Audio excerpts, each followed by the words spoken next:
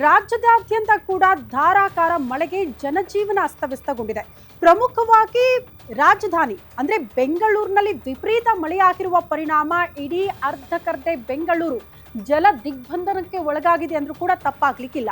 ಕಾರಣ ಬಹುತೇಕ ರಸ್ತೆಗಳು ಜಲಾವೃತ ಆಗಿದೆ, ಬಹುತೇಕ ಮನೆಗಳು ಜಲಾವೃತ ಆಗಿದೆ, ಅನೇಕರು ಪ್ರಾಣ ಕಳೆದುಕೊಂಡಿದ್ದಾರೆ ಈ ಮಳೆ ಅಬ್ಬರದ ಮುಂದೆ.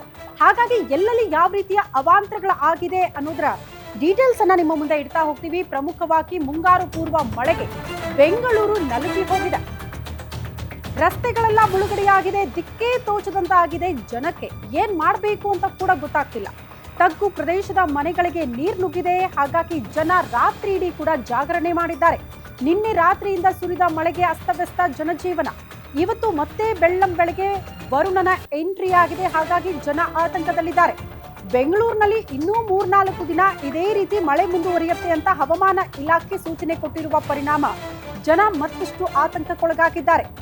ಸುರಿದಿರುವ 4 ದಿನದ ಮಳೆಗೆನೆ ಬದುಕು ದುಸ್ತರವಾಗಿದೆ. ಇನ್ನೂ 3-4 ದಿನ ಇದೇ ರೀತಿ ಮಳೆ ಮುಂದುವರೆದ್ರೆ ಪರಿಸ್ಥಿತಿ ಹೇಗಪ್ಪ ಅಂತ ಜನ ಚಿಂತೆಗೀಡಾಗಿದ್ದಾರೆ. ಅರ್ಧಕರ್ಧ ಬೆಂಗಳೂರು ಯಾವೆಲ್ಲ ಸೇಫೆಸ್ಟ್ ಏರಿಯಾ ಅಂತ ಅನ್ಕೊಂಡಿದ್ವೋ ಬೆಂಗಳೂರಿನಲ್ಲಿ, ಆ ಎಲ್ಲಾ ಸೇಫೆಸ್ಟ್ ಏರಿಯಾಗಳಿಗೂ ಕೂಡ ಪ್ರತಿಷ್ಠಿತ ಏರಿಯಾಗಳಿಗೆ ಮಳೆ ನೀರು ನುಗ್ಗಿ ಅವಾಂತರ ಸೃಷ್ಟಿಯಾಗ್ಬಿಟ್ಟಿದೆ. ಕೋರಮಂಗಲ ಇರಬಹುದು, ಸಿಲ್ಕ್ ಬೋರ್ಡ್ ಅಂಡರ್ ಪಾಸ್ ಇರಬಹುದು, ಮಲೇಶ್ವರಂ ಇರಬಹುದು, ಈ ಭಾಗದಲ್ಲೆಲ್ಲ ಎತ್ತ ಕಣ್ಣು ಹಾಯಿಸಿದ್ರು ಕೂಡ ನಿಮಗೆ ನೀರು ಅನ್ನುವಂತಹ ಪರಿಸ್ಥಿತಿ. ಬೆಂಗಳೂರಿನಲ್ಲಿ ಒಂದು ಮಳೆಗೆ ಬಹುತೇಕ ಬಡಾವಣೆಗಳಿಗೆ ನೀರು ನುಗ್ತಾ ಇತ್ತು. ಆ ಸಮಸ್ಯೆಗಳನ್ನ ನೋಡ್ತಾ ಇದ್ವಿ. ಆದ್ರೆ ಇವತ್ತು ಈ ಬಾರಿಯ ಮಳೆಗೆ ಯಾರು ಕೂಡ ಅಂದಾಜು ಮಾಡೋದಕ್ಕೆ ಆಗದೆ ಇರುವಂತಹ ಪರಿಣಾಮ ಬೆಂಗಳೂರಿಗೆ ತಾಕಿದೆ. ಕಾರಣ ಬಹುತೇಕ ಏರಿಯಾಗಳು ಈ ರೀತಿ ಜಲ ದಿಗ್ಬಂಧನ ಆಗಿರುವಂತಹ ದೃಶ್ಯಗಳನ್ನ ನೋಡ್ತಾ ಇದ್ದೀವಿ.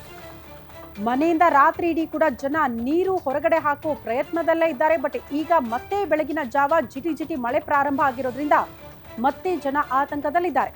ಮನೆಯಲ್ಲಿರುವಂತಹ ನೀರನ್ನ ಕ್ಲಿಯರ್ ಮಾಡೋ ಅಷ್ಟೊತ್ತಿಗೆ ಮತ್ತೆ ಮಳೆಯಾಗುತ್ತೆ, ಮತ್ತೆ ಅಪಾರ ಪ್ರಮಾಣದಲ್ಲಿ ನೀರು ತುಂಬಿಕೊಳ್ಳುತ್ತೆ, ಮತ್ತೆ ಜನ ಪರದಾಡ್ತಾನೆ ಇದ್ದಾರೆ.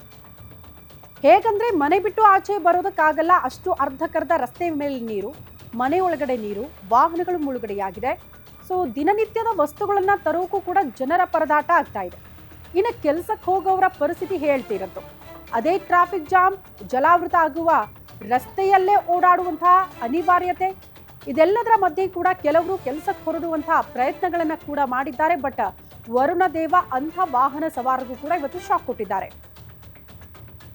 ಇದು ಬೆಂಗಳೂರಿನ ವಾಸ್ತವ ಪರಿಸ್ಥಿತಿ. ಪ್ರಮುಖವಾಗಿ ನೋಡಿ, ಪ್ರತಿಷ್ಠಿತ ಏರಿಯಾ ಕೋರಮಂಗಲ, ಅತಿ ಹೆಚ್ಚು ಪಬ್ ರೆಸ್ಟೋರೆಂಟ್ ಹೊಂದಿರುವಂತಹ ಕೋರಮಂಗಲದಲ್ಲಿ ಎಲ್ಲಿ ಕಣ್ಣು ಹಾಯಿಸಿದ್ರು ಕೂಡ ನೀರು.